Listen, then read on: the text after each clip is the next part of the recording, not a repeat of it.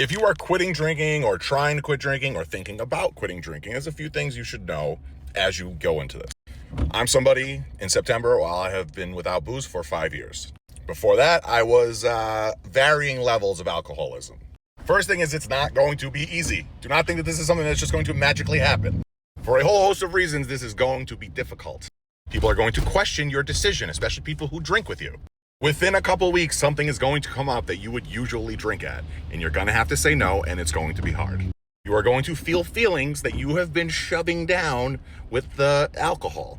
So summing all that part up is, it's not going to be easy. You need to know that and accept it and just grit through it. And on that, get some help. I went to AA for a while. I'm not saying that's for everybody, but it was a good place to talk to some people who know exactly what you're going through. And AA isn't just for people who are like dead alcoholic, drinking every day. It doesn't even matter if you're not an alcoholic. If you just want to quit drinking and you need some help, I think AA is a great place to start. You don't have to agree with everything in their methods. It's just nice to be in a room full of people who will not judge you and know where you're coming from. Also, if you are an alcoholic, you probably have an addictive personality. You're going to need to replace the alcohol with something productive.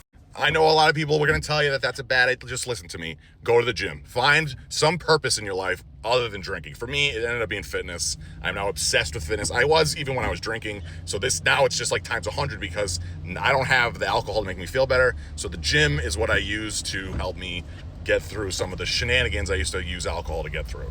So just find something, a hobby, anything that is a passion of yours that you can replace booze with that is productive.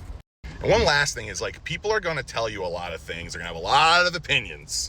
One of the ones that people always say is like, oh, that's who you are when you're drinking. That's the real you.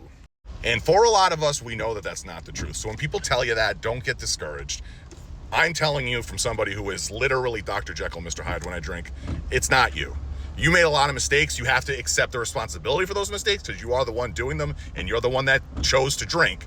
But just because you did bad things when you were drunk, it doesn't make you a bad person. You do have to accept the consequences for your actions, work through them, make amends, do all the things, but that doesn't make you a bad person. I'm telling you, you can work through them and come out better on the other end. So don't get discouraged when people tell you that's who you really are.